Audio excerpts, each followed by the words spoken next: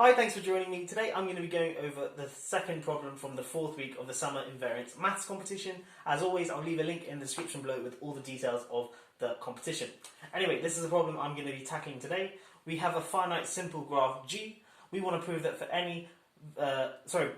there exists a v prime, a subset of the vertices of G, such that for any little v in v prime, v has an even number of neighbours in v prime, and for any w in the complement of v prime, w has an odd number of neighbours in v prime. Okay, so here is an example of a simple graph, and I've circled this set of three vertices, and I've labelled it v prime, and I claim that this v prime here satisfies these conditions. Well, let's check that. We first check that for any vertex in v prime, v has an even number of neighbours in v prime. Well, let's look at 1 for example.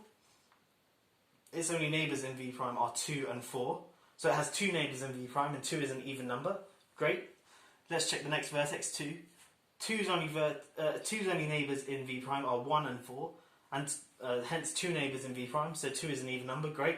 And same goes for 4. Its only neighbours in v prime are 1 and 2, so it has 2 neighbours in v prime, and thus it has an even number of neighbours in v prime. Cool. Now we have to check the second condition, that for any w not in v prime, so in this case it's just the vertex 3, w has an odd number of neighbours in v prime. Well, let's look at the number of neighbours of 3 in v prime. Well, that's 1, because it only has this one neighbour here, and 1 is an odd number. So that's great, that v prime works. So in this special case of the graph here, we've solved the problem, but of course we want to do it for any arbitrary finite simple graph G. So that's the problem we had today, and if you want to have a go at it, please pause the video now and give it a go for yourself, and I'm going to jump straight into a solution. Okay, like with the first problem for this week, there are a few ways of solving this.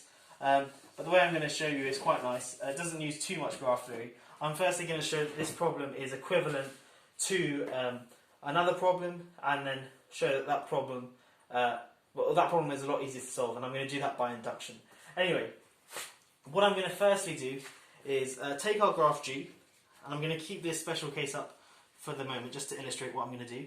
So we have our graph G, and what I'm going to do is add a bunch of self loops. Okay, because it's a simple graph, initially it doesn't have any self loops, but now I'm going to add a self loop to every vertex in the graph, like so. Now, the problem becomes, we want to find a v prime such that our graph G, we want to find a v prime such that for any vertex in the graph v has an odd number of neighbours in v prime. Well, why does that work? Well, let's look back at what we had as v prime before. We had that was v prime. Okay, now for any vertex outside v prime, so in this case it would just be the vertex 3. Remember before it had an odd number of neighbours in v prime, and we've added now this self loop, but this self loop doesn't affect the number of neighbours that 3 has in v prime, so it still has an odd number of neighbours in v prime. However, each of the vertices within v prime, before they had an even number of neighbours in v prime, but because we've added this self loop, it now has another neighbour, so now it has an odd number of neighbours in v prime. Okay, so we've added self loops to all the edges, to all the vertices, and now our problem becomes, we want to find a v prime such that every vertex in the graph has an odd number of neighbours with v prime. Okay, cool. So we take our graph G and we add all these self loops, and we want to find some v prime with this property. So what I'm now going to do is add a light and a light switch to each vertex. Okay, so each vertex I'm going to give a light, and initially all the lights will be off, and they'll all have a light switch as well. And then I'm going to define this sort of process which takes in a vertex, and then so if for example I apply the process to 4, what I'm going to do is switch on the light of 4, and flick the switch of the light of 4, and then flick the switch of all of its neighbours. Okay, so for example if I apply this process to 1, then I'm going to turn on 1, so it's initially off, and now the black shaded in means it's on, and then look at all of its other neighbours and flick the switch of those, so that would flick this one on, and this one on. Okay, and then for example I could choose 3 next, and I'm going to apply the process to 3, so I'm going to flick the switch of 3, so that would turn it off, and then look at all of its other neighbours and flick their switches. Well, its only other neighbour is 1, so that would flick off. Okay, and now let's apply it to 4 for example. So we're going to flick the switch of 4, so it was on, now it's going to go off. Then I'm going to flick the switch of all of its neighbours, so that's just 1 and 2. So I'm going to turn 1 back on, and switch 2 off. And you get the idea. So this process takes the vertex, flicks its switch, and all of its other neighbours switches. Okay? Now, what I'm going to do is show that this problem of flicking switches on and off is, or a similar problem, is equivalent to the problem we're trying to solve. So initially all the lights are off, like so. Now I want to show that we can choose vertices in such a way and apply the process to each of these vertices so that in turn we end up with all the light switches on. And I claim that that is true if and only if a V prime exists. Okay, so let's prove that. So let me just go over what I'm proving. I'm proving that there exists some sequence of vertices, and in fact I say the word sequence, it doesn't matter which order we do this in, but there exists some subset of vertices such that when I apply this process on each of the vertices in turn, I'm going to end up with all the light switches on. Now that is true if and only, so I can do that if and only if a V prime exists. Okay, so let's prove one way first. So suppose V prime exists. Let V prime equal V1, V2, all the way up to Vn, say. Now what I'm going to do is simply apply this process to each of these vertices here, and I claim that that means that all the light switches will be on. Okay? So V prime exists, so I'm going to apply the process to V1 first. So then that means V1 and all of its neighbours will be on. Then I'll apply it to V2, so I'll take V2 and flick it either on if it wasn't turned on by V1, or flick it off if it was turned on by V1, and then flip the switches of all of V2's neighbours, and so on, all the way up to Vn. And I claim that this will mean that all the lights will turn on in the end. Why is this the case?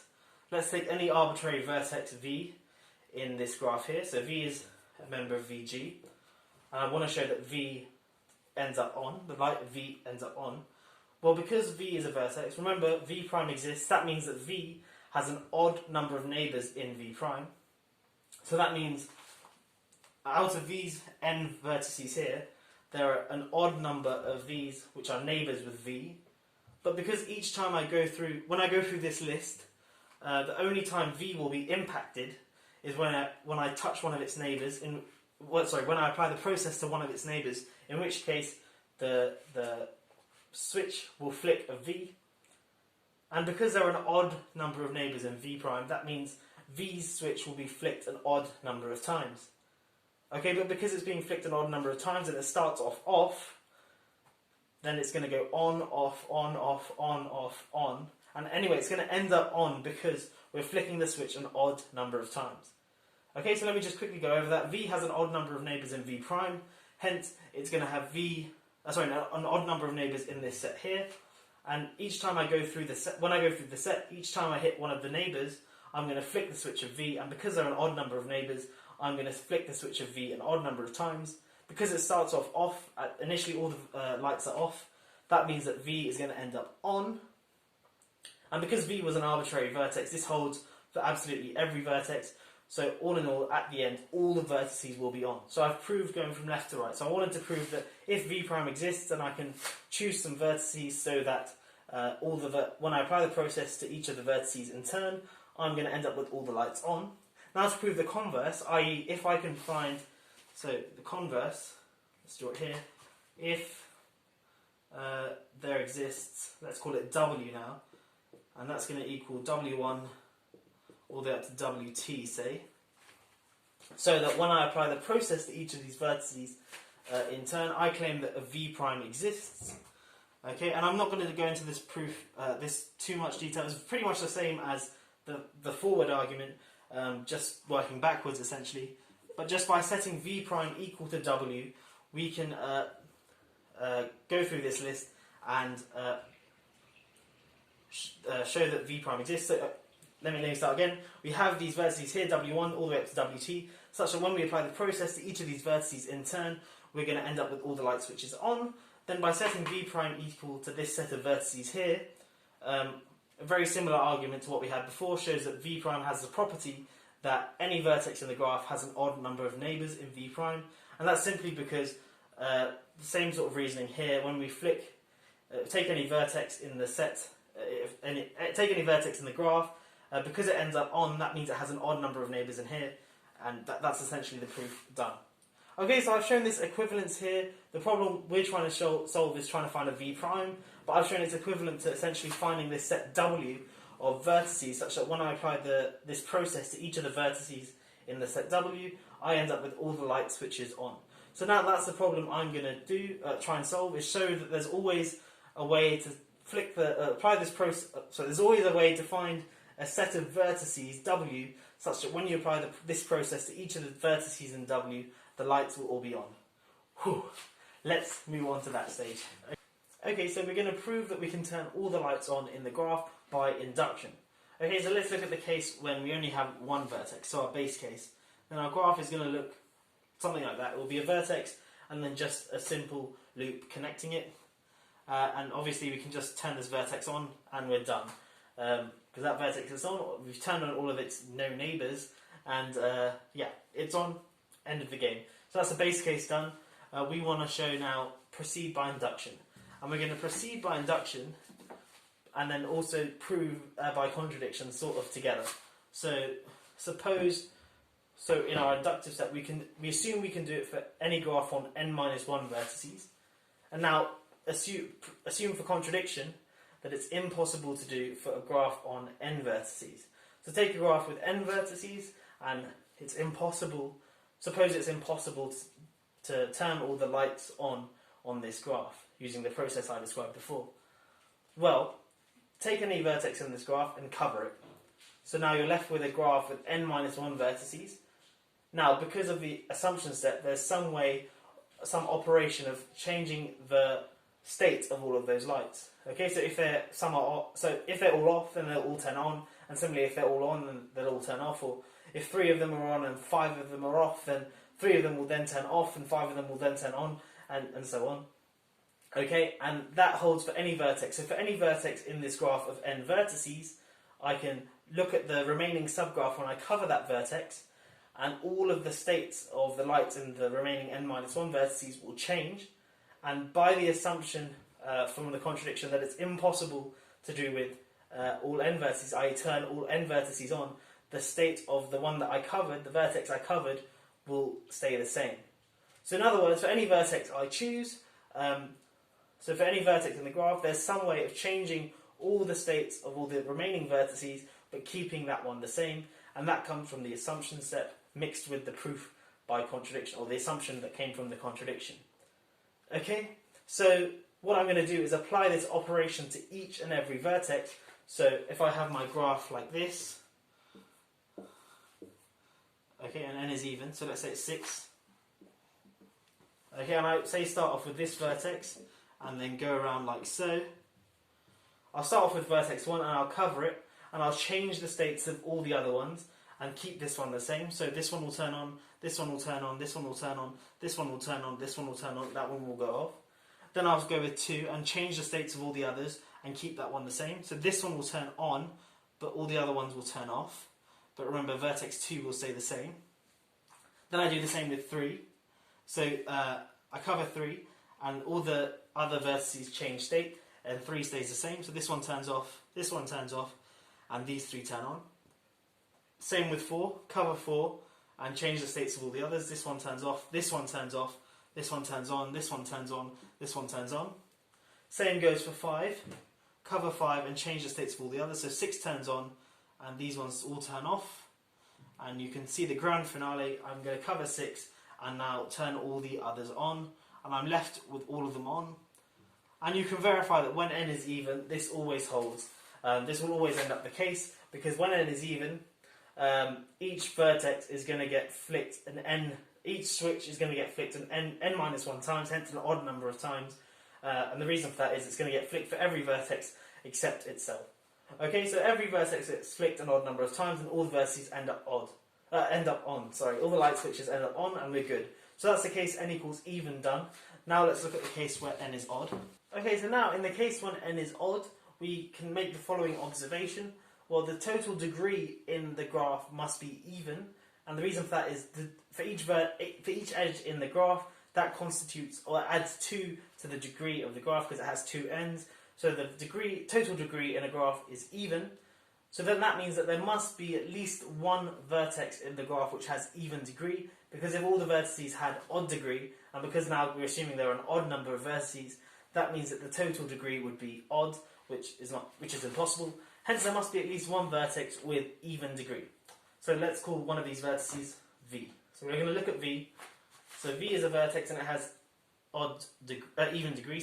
Let's call its neighbours W1 all the way up to WK, and V is not in this set here. So now what we're going to do is, again, we're sort of doing our assumption and contradiction 2 in 1. Induction and contradiction 2 in 1. So let's look at the set of vertices.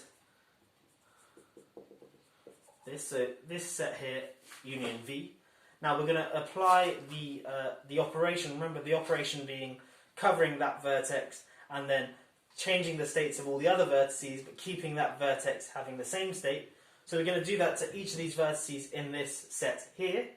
Okay, so we go through one by one and change the states of each of these vertices, but none of the others. Now, remember this set here is the set of neighbours of V. So any vertex that's not a neighbour, it's going to get flicked an odd number of times. Okay, and that's because, well, there are an odd number of elements here. So once for V, and then an even number of times for all of V's neighbours. So then that means that any vertex that's not in this set here is going to now be on. And in particular, any vertex in this set is going to be off.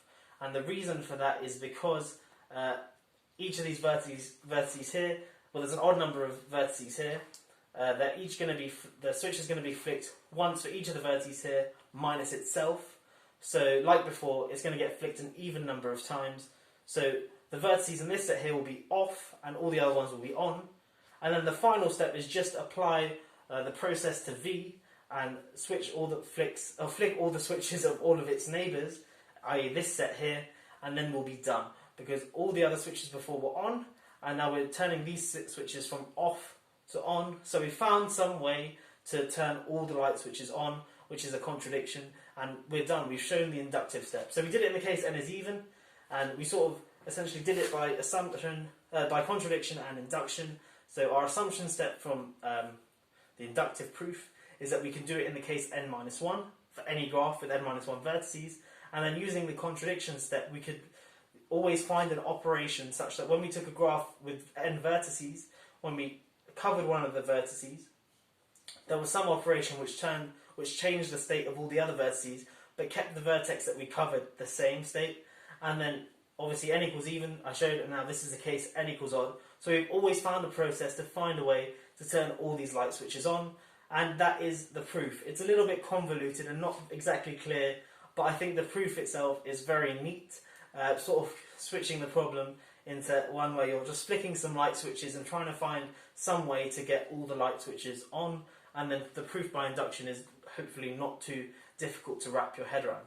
I hope you have enjoyed this video. If you are new here, please do consider subscribing and checking out some of my other videos. I don't just make these solution videos, I make some other cool maths videos which you could be interested in as well. Anyway, join me in the next video where I'll go over problem 3.